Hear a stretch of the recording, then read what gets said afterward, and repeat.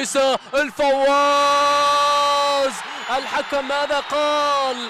الحكم قال اليمن بطلا لبطولة غرب آسيا للمرة الثانية في تاريخه بركلات الترجيح. من نفس البوابة يسيرون، من نفس البوابة يطيرون، من نفس الطريق يتألقون، وبنفس الطريقة يتوجون، ومن أمام الأخضر إلى كأس البطولة يصلون. لمن كل هذه القناديل؟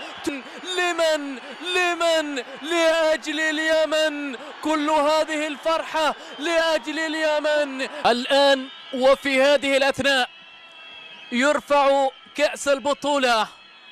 وضاح أنور كابتن منتخب اليمن الذي تألق في ركلات الترجيح وفي البطولة. ألف ألف ألف مبروك للأشقاء في اليمن في كل المحافظات اليمنية، تتويجهم بلقب بطولة غرب آسيا العاشرة للناشئين، لقب مستحق.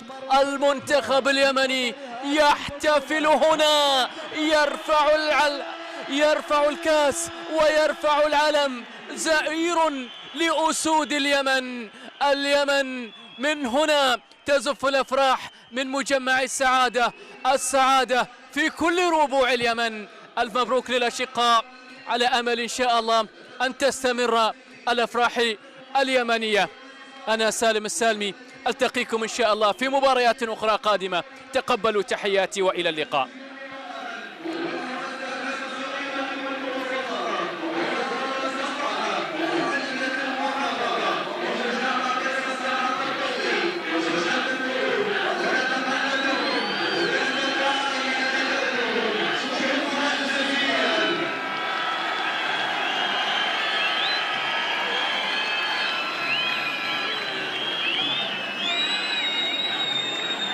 إذن هكذا أسدل الستار عن آخر لحظات هذه الحكاية. حكاية كانت جميلة.